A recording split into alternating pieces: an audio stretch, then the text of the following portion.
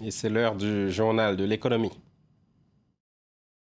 Tunisie Télécom Entreprises, plus que des solutions. Avec Pauline Paccard. Bonjour Pauline. Bonjour Philomé. Direction tout de suite le Vatican où les cartes bleues ne sont plus en odeur de sainteté. Effectivement Philomé, si vous comptez vous rendre à la chapelle Sixtine dans les jours prochains, munissez-vous de monnaie car les terminaux à carte bleue du Vatican ont été bloqués. Motif, le Saint-Siège n'a pas encore atteint les normes internationales de lutte contre le blanchiment d'argent. Selon la Banque d'Italie, le Vatican paie donc des années d'opacité dans la gestion de ses comptes.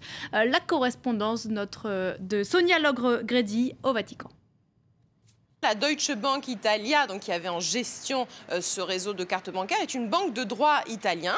Et donc, elle ne peut pas gérer, c'est ce que la Banque d'Italie dit, elle ne peut pas gérer un réseau d'un État pour lequel il y a encore effectivement beaucoup de travail à faire en matière de blanchiment d'argent. Alors, ici au Vatican, on indique que cette interruption devrait être de courte durée, peut-être même reprendre à partir de lundi. En tout cas, on cherche des solutions. Reste qu'effectivement, les problèmes d'opacité en matière de lutte contre le blanchiment d'argent, eh bien, ces problèmes sont fréquents au Vatican. Il y avait eu des scandales dans les années 80. Encore récemment, à l'été dernier, le patron de l'IOR, c'est l'Institut des œuvres de religion, c'est la banque en quelque sorte du Vatican, lui avait été limogé.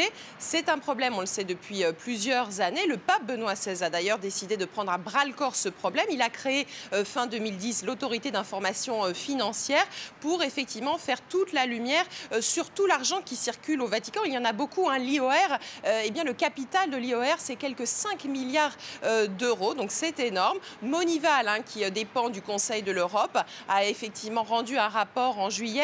Le Vatican a fait des progrès en matière de lutte contre le blanchiment d'argent, mais l'État doit continuer à poursuivre ses efforts.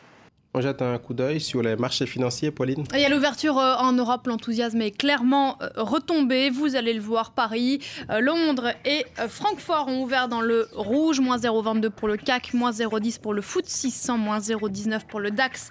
À Francfort, on va regarder l'Asie qui est en ordre dispersé. Moins 0,29 pour le Hang Seng, plus 0,35 pour le Shanghai Composite, moins 0,37 pour le Kospi. Seul enthousiasme pour le Nikkei au Japon. Sa première séance depuis le début de l'année, plus 2,82. Le Japon qui salue avec un peu de retard le vote de la loi américaine pour éviter le mur budgétaire. Le Japon, où vous allez le voir sur ces images, on a prié en ce premier jour de reprise de la cotation. Ça se passe au sanctuaire de Kanda Myujin, une prière pour que l'année soit bonne du point de vue de l'économie. Vous savez que l'année du serpent, c'est l'année de la patience qui ne plaira pas forcément au marché financier. On en vient à l'épilogue d'un long feuilleton entre le moteur de recherche Google et l'autorité américaine de la concurrence. Un épilogue sous forme de bonne nouvelle pour Google. Après une enquête de 20 mois, l'autorité américaine de la concurrence n'a finalement pas trouvé de preuves d'abus de position dominante par le moteur de recherche. Des conclusions qui suscitent l'ire de ses concurrents. Myriam Bounafa. 20 mois d'enquête pour un accord que beaucoup ne trouvent pas assez dur. Microsoft ou encore le site de voyage Expedia accusaient Google de fausser ses résultats de recherche pour favoriser ses propres services.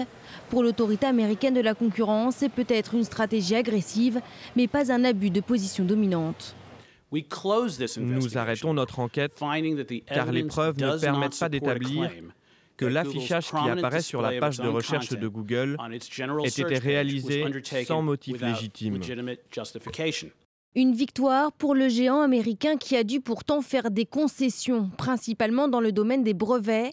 Depuis le rachat de Motorola et ses 24 000 brevets, Google est accusé par ses concurrents de bloquer l'utilisation de technologies jugées essentielles pour la téléphonie mobile. Microsoft accuse le géant américain de rendre par exemple YouTube plus difficile d'accès sur les téléphones Windows que sur les modèles Android développés par Google. Le moteur de recherche s'engage à présent à laisser un accès juste, raisonnable et non discriminatoire à ses brevets. Mais Google reste dans le collimateur des autorités européennes de la concurrence qui n'ont, elles, toujours pas bouclé leur enquête ouverte en 2010. On reste aux États-Unis, Pauline, avec l'actualité des entreprises, à présent en bref et en images. 1,4 milliard de dollars, c'est l'amende que va payer Transocean, le spécialiste du forage en haute mer pour la marée noire de 2010. Le groupe suisse était propriétaire de la plateforme Deepwater Horizon opérée par BP, dont l'explosion en avril de cette année-là, 2010, avait fait 11 morts et répandu des millions de litres de brut dans le golfe du Mexique. La victoire d'Amazon face à Apple, un juge américain a rejeté la plainte de la marque à la pomme qui accusait le distributeur en ligne de publicité mensongère pour avoir nommé App Store, son magasin d'applications mobiles lancé fin 2011. Les autorités américaines sont toujours en train d'examiner une demande d'Apple qui veut faire breveter ce nom pour en obtenir l'usage exclusif. En France, Free provoque un tollé. La mise à jour de sa Freebox Révolution a activé une fonction par défaut qui fait disparaître les publicités en ligne sur Internet. Et moi, sur la toile, certains s'inquiètent de voir de nombreux sites Internet privés du revenu des annonceurs. La ministre de l'économie numérique, Fleur Pellerin, annonce qu'elle recevra au plus vite le fournisseur d'accès à Internet. Et puis, les magasins Virgin, qui emploient 1000 salariés dans l'Hexagone, vont se déclarer en cessation de paiement. Information confirmée ce vendredi par un porte-parole de la direction.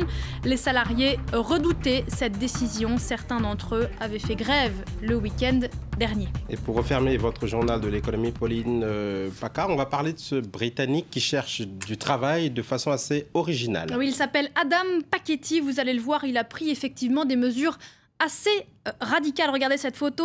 Il s'est fait poser le portrait en 4x3 sur un panneau publicitaire à Londres sur lequel on peut lire « J'ai mis mes derniers 600 € pour acheter cette publicité, alors donnez-moi un travail ». Il a aussi posté une vidéo sur YouTube. Il a un site internet. Il a à ce jour répondu à 250 annonces qui n'ont rien donné.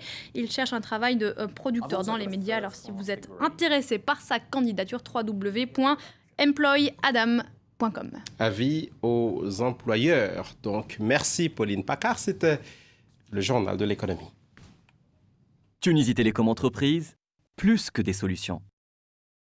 D'autres infos à suivre aussi sur France 24 et sur internet france24.com. Le site est en anglais, en français et en arabe. Merci de votre fidélité.